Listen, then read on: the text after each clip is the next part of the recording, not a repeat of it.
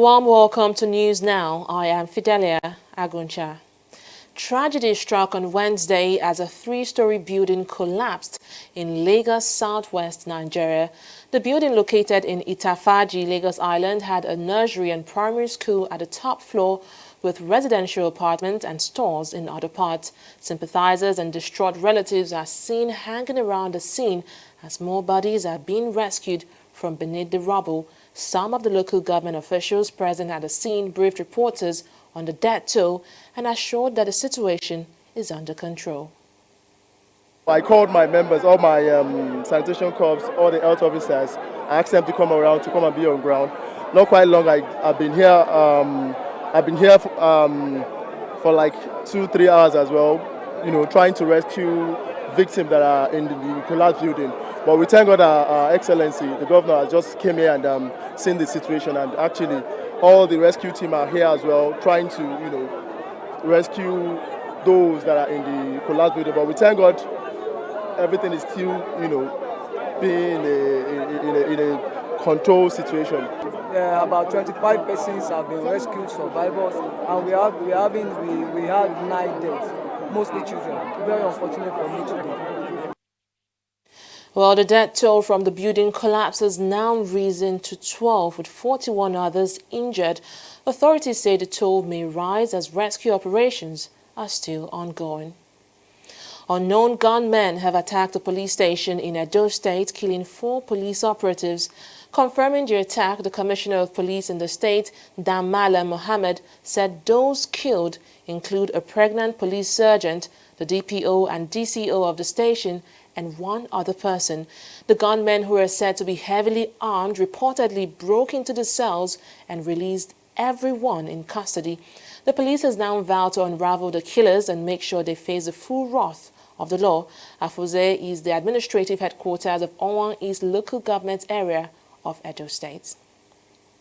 The Kaduna state government has indefinitely imposed a dusk to dawn curfew in Kaduna local government area of the state, where there has been a series of attacks recently.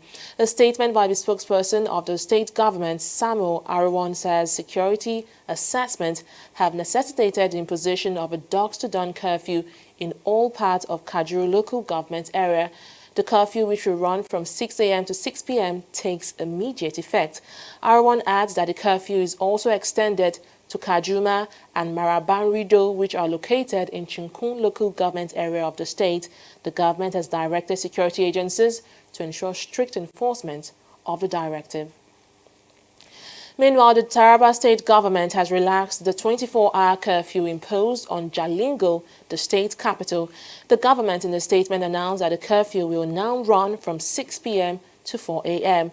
Chief Press Secretary to the governor, Darius Ishaku, who signed the statement, also added that business activities are expected to resume as normal. The development comes barely 48 hours after the state government imposed the curfew in the capital. Well, let's now talk electoral matters. The Independent National Electoral Commission, INEC, has fixed March 23 to conduct supplementary elections in the 6th state where the governorship election was declared inconclusive. INEC National Commissioner and Chairman for Voter Information and Education, Festus Okoye, announced this in a statement. The exercise will take place in Adamawa, Benue, Kano, Plateau, Sokoto, and Bauchi State, respectively.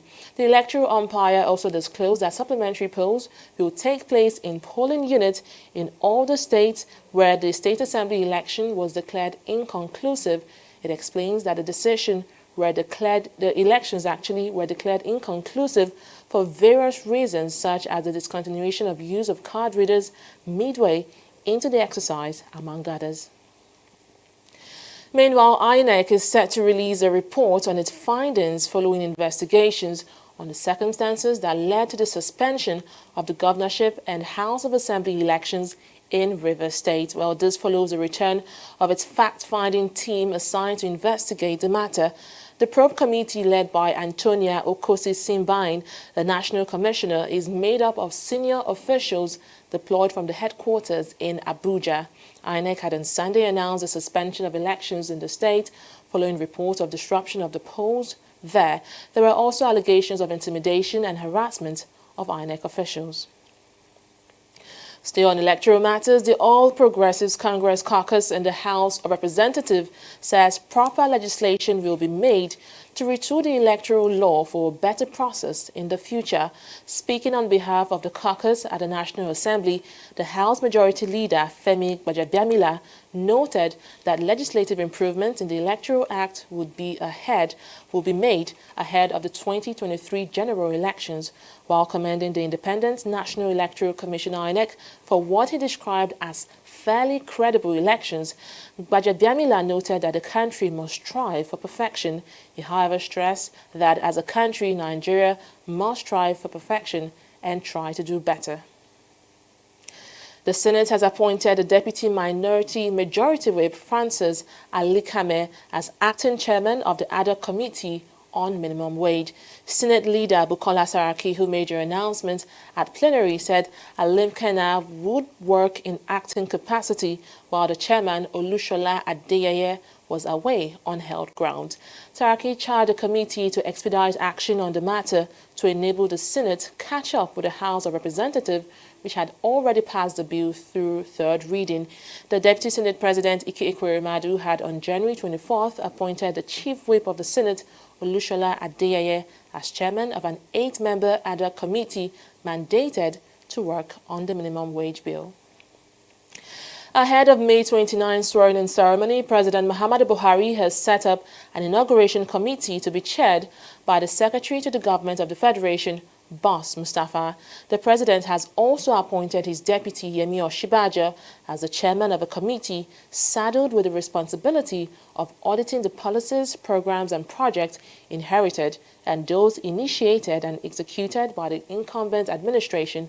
Other members of the committee include Ministers of Information and Culture, Interior, Foreign Affairs, FCT, and the national chairman of the ruling All Progressives Congress, among others. The terms of reference for the committee include planning and execution of all approved activities for the inauguration, among other duties.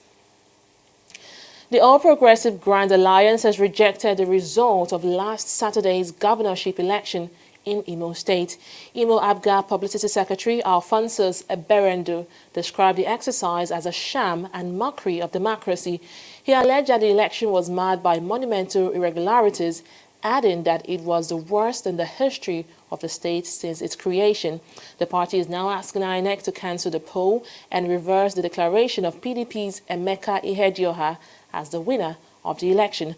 According to the ABGA spokesperson, the PDP candidate failed to meet the constitutional requirement of 25% of total vote cast in two-thirds of Imo State. A federal high court in Abuja has fixed April 12 to hear a suit seeking the final forfeiture of about $8.4 million and 7.4 billion naira linked to the wife of former President Goodluck Jonathan, and that's Patience Jonathan. The case was filed by the Economic and Financial Crimes Commission, EFCC. The matter was adjourned following the absence of the EFCC prosecutor Rotimi Oyedepo in court. On the adjourned date, the case judge Justice Mujitola Olatoregun is expected to take oral evidence from parties with regard to the final forfeiture of the monies. Meanwhile, the Economic and Financial Crimes Commission, EFCC, has rearranged the former managing director of the defunct Intercontinental Bank, Erastus Akingbola. He was rearranged on a further amended 22-count charge before a federal high court sitting in Lagos. The former bank chief has again pleaded not guilty to the charges, though this is the third time Akingbola would be arraigned on the counts which border on the misleading appearance of active trading in the shares of Intercontinental Bank, granting of reckless credit facilities, conversion and mismanagement of depositors' funds, among others. He was first arraigned in 2010 before Justice Mohammed Idris on a 26-count charge. Our news now will continue in just a moment. Don't go away. Corruption not in my country. Madam, madam, welcome.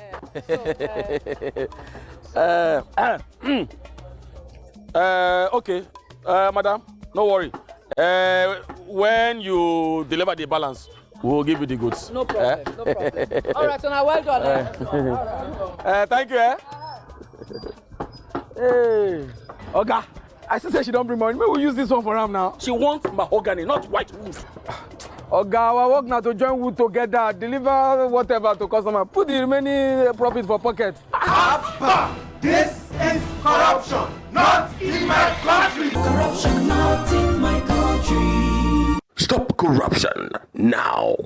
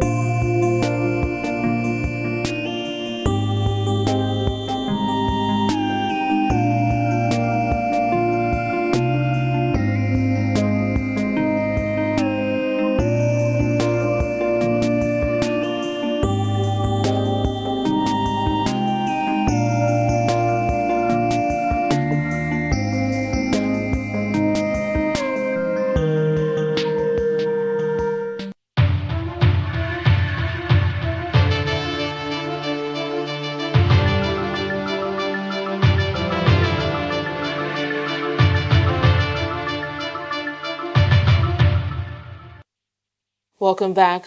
Well, let's now talk business. The Director General of the Manufacturers Association of Nigeria, Segun Kadiri, has thrown his weight behind the central bank's decision to ban the sale of Forex to importers of textile and other clothing materials into the country. Kadiri says this development will ensure job creation in the country as well as encourage the production of locally made products. Adeshewa Dushoga tells us more. The deregulation of the foreign exchange market is business as usual for the Central Bank of Nigeria. This time, it has placed a ban on the sale of Forex to importers of textile and other clothing materials with a view to reposition the industry for a stronger economy. These developments have since drawn reactions from analysts in the financial sector. The managing director of the Manufacturers Association of Nigeria, Segun Kadiri, has lauded the action of the Apex Bank, adding that this will increase job creation in the country.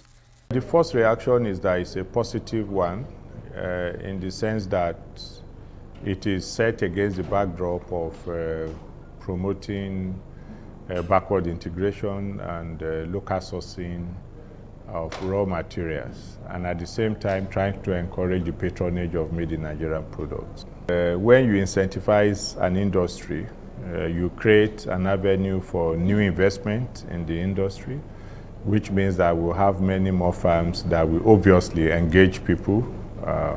At the same time, those that are comatose are not doing well at the moment will be able to retool, be able to expand their capacity utilization. They will be able to engage more persons. The Director General also says the Forex ban on textile industry will increase the government revenue as well as boost the economy. Those industries that are going to be created within the country, they are going to pay tax to government.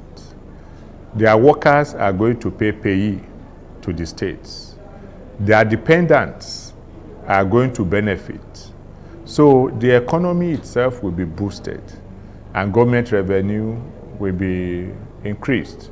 If you are looking at government revenue only in the sense of what you derive from the duty you collect when goods are being imported to this country, I think it's being short-sighted. Because essentially the economy will not grow if it's dependent on foreign goods. You have to have an environment that is robust, that promotes what is indigenous. Charity, they say, begins at home. This has necessitated the promotion of made in Nigeria product. Analysts believe this regulation will further encourage the use of locally made product. In the first instance, Nigerian products are of good quality. They meet international standards. We have all the natural resources to be able to produce very fine raw materials, especially in the textile industry. You also have very beautiful attires in Nigeria.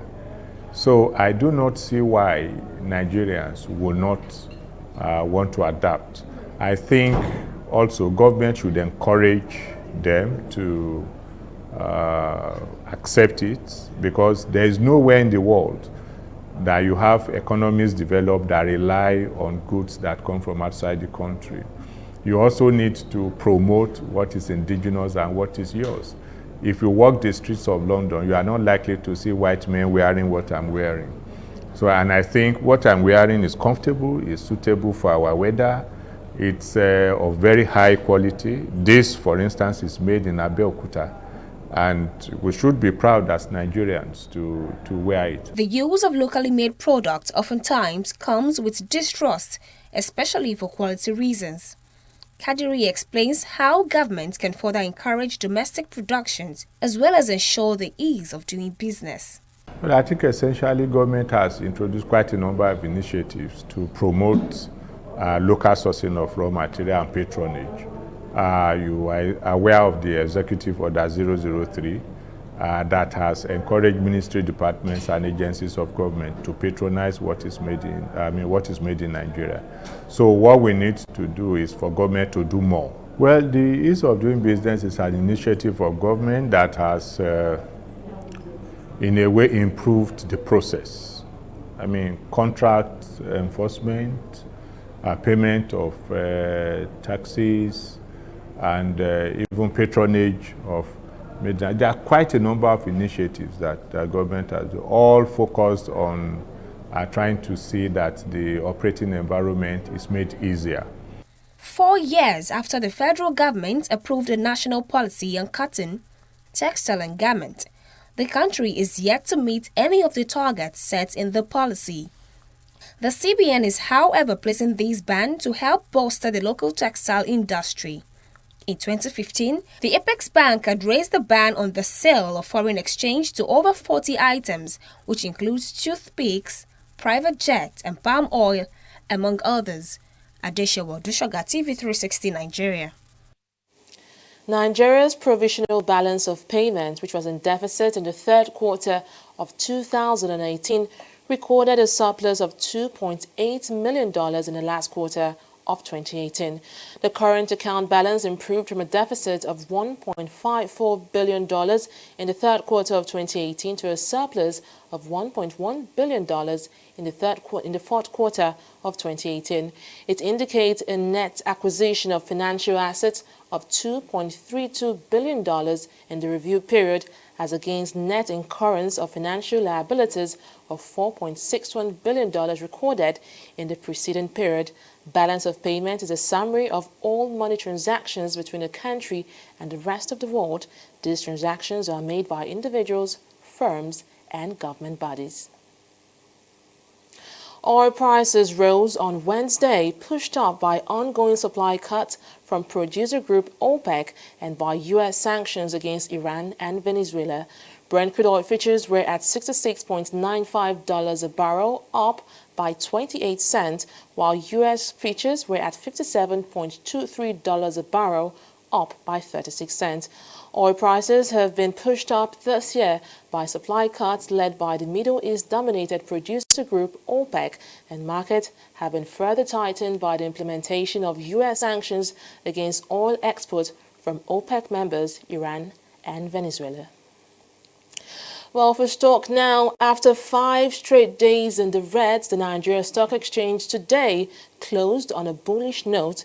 The all-share index climbed to 31,360.28 basis points, while the market capitalization came in at 11.694 trillion naira.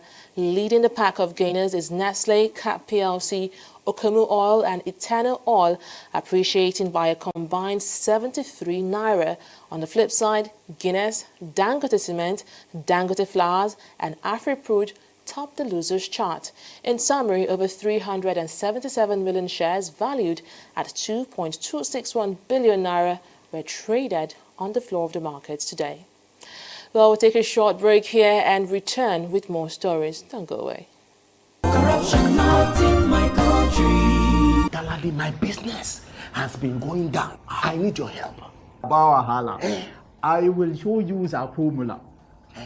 I use some bad chemical which I mix, so produce the drugs which gives me up to 4 times profit. Imagine. So you are one of the people that is killing millions and millions of Nigerians in this country. Daladi, was it not you last 2 months that was complaining about the fuel scarcity in this country, that the government is corrupt? Have I killed anybody in your family? You don't have to kill any of my family members directly. Every Nigerian you kill is my family. Selling of fake drugs, expired drugs, putting drugs in wrong packet, all that are acts of corruption. This is corruption, not in my country. CIA. Me? Fake drug? Now corruption? Allah kia. Corruption not in my country. Stop corruption now. At least 66 people have been killed and 141,000 others displaced after heavy rains flooded central and northern Mozambique. In neighboring Mali, floods have already claimed 45 lives and left over 230 others displaced. Malawi's meteorological department has warned of more rains and flooding in the country's south between Thursday and Sunday. Lebanon and India have joined a host of other countries to ban the Boeing 737 MAX from flying over their airspace to ensure passenger safety. This came after last Sunday's ill-fated crash that killed 157 people on board. India's Ministry of Civil Aviation announced its decision to ground the Boeing 737 MAX planes immediately, while countries like Ethiopia, Singapore, China, France, Ireland, Germany, Australia, Indonesia and Malaysia had on Monday suspended the 737 MAX. Ethiopian Airlines, though shaken by this crash, is widely recognized as Africa's most successful airline. It had promptly ordered the rest of its fleet of the jets to be grounded immediately after the incident. And to sport, chairman of the 2019 Africa Cup of Nations Local Organizing Committee, Hani Aburida, is optimistic Egypt will not be found wanting in their hosting of the tournament. Egypt is the first country to organize an expanded 24-team AFCON and won hosting right 5 months before the start of the tournament. With the Egyptian Premier League ending a few weeks before AFCON kicks off on June 21, the biggest worry so far has been the already dire-staged grass in some stadiums, but Rida has moved in to quash the pitch worries across the 6 designated match venues, insisting Egypt will deliver an exceptionally successful tournament. Well, West Ham midfielder Declan Rice is expected to be called up to the England squad for the first time for the upcoming Euro 2020 qualifiers.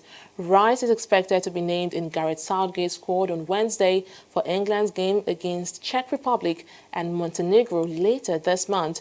The West Ham midfielder decided in February that his international future lies with England, even though he has Irish grandparents and has already received 3 Republic of Ireland caps at their senior level. Rice has said in February that switching his international allegiance to England was hard, but is looking forward to future call-ups. And that's it on News Now. Thank you so much for being a part of it. I am Fidelia Agunchadu. Log on to our website at TV360 Nigeria for more information and subscribe to our YouTube channel at TV360 Nigeria for more interesting programs. Thanks for watching. Bye for now.